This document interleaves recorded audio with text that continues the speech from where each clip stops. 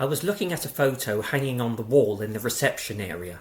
The photo showed Richard Attenborough sitting in the college theatre. He didn't look like he was paying much attention to anything and appeared to be looking at some sheets of paper.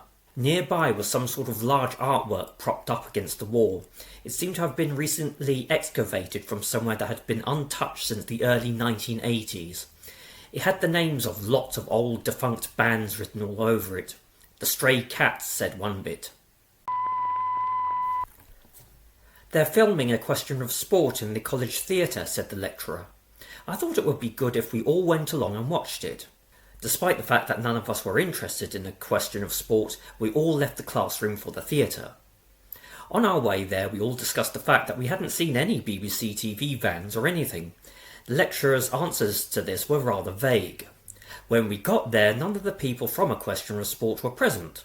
There was some kind of quiz being set up, but it didn't appear to be a BBC effort, and there didn't appear to be any cameras anywhere.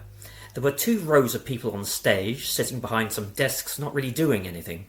Occasionally there was someone mumbling through the PA system. I sat down for roughly a minute, and then left without saying a word.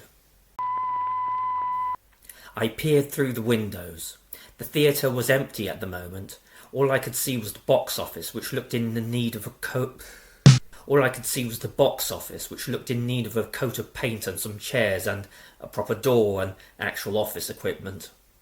I briefly glanced upwards at the coloured lights dimly illuminating a thin strip of the front. Some of them were blown and the remaining ones were mainly blue.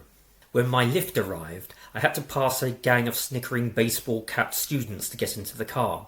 "Willies!" shouted one of them in a kind of John Major voice.